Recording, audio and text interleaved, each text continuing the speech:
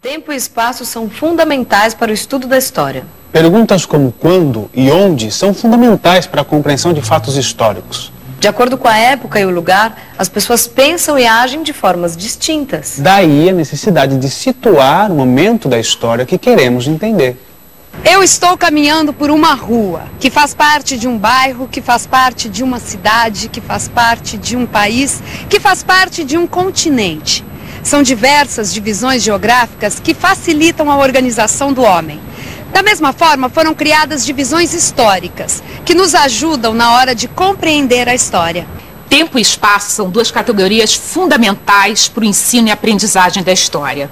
Nós temos sempre que nos fazer as duas perguntas: quando e onde determinado acontecimento ou determinado processo histórico ocorreu, para podermos entender o contexto em que esse acontecimento e esse processo histórico se deram.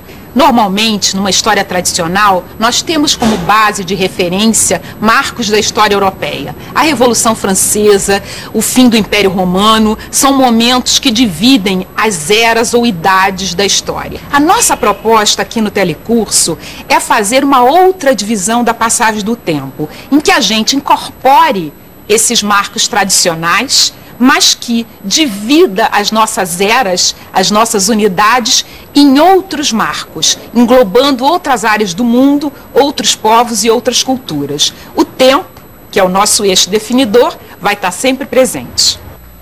Durante as próximas teleaulas, a divisão da história vai ser muito importante para a compreensão do passado. Do passado, do presente e do futuro.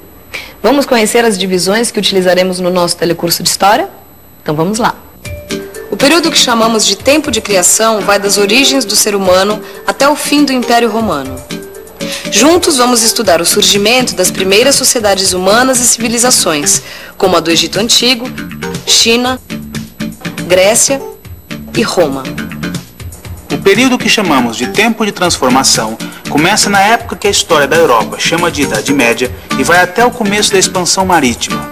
Vamos conhecer a África Antiga e seus poderosos reinos.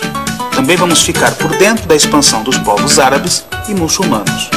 O tempo de construção de novos mundos começa com os encontros de indígenas das Américas com os europeus e vai até o início da conquista do território brasileiro no final do século XVI.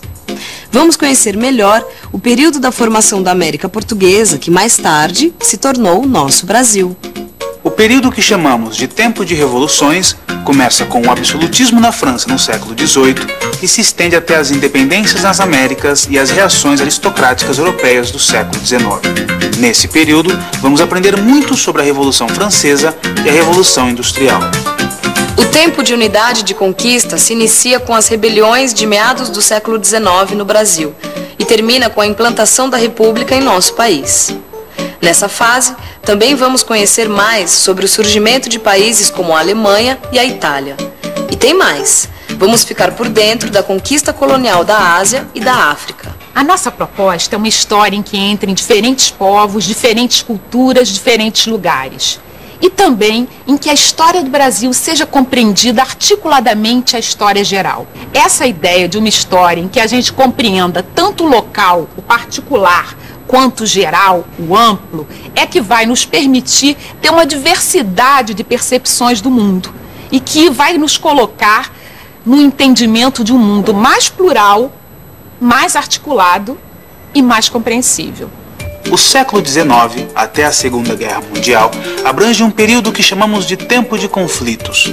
Nessa fase, vamos estudar a Primeira Grande Guerra, a Revolução Russa e os movimentos sociais do Brasil republicano.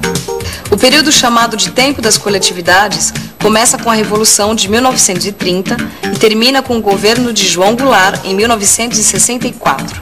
Passaremos pela história do Brasil nos governos de Getúlio Vargas e Juscelino Kubitschek.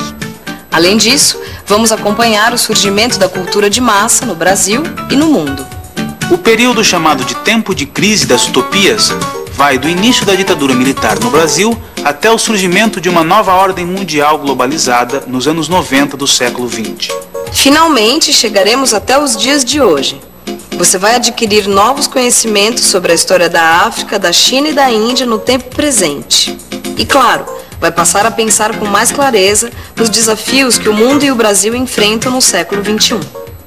Tia, adorei aprender um pouco mais sobre a história da nossa família. Imagina então, como vai ser bom a gente conhecer a história da humanidade, do nosso país, dos nossos antepassados, do mundo. Vai ser incrível, tia. Ao conhecer melhor a história, vamos tentar responder perguntas que o homem sempre se fez ao longo dos tempos. O que é o mundo? Quem somos nós? De onde viemos? Para onde vai a humanidade? Como vai ser o nosso futuro?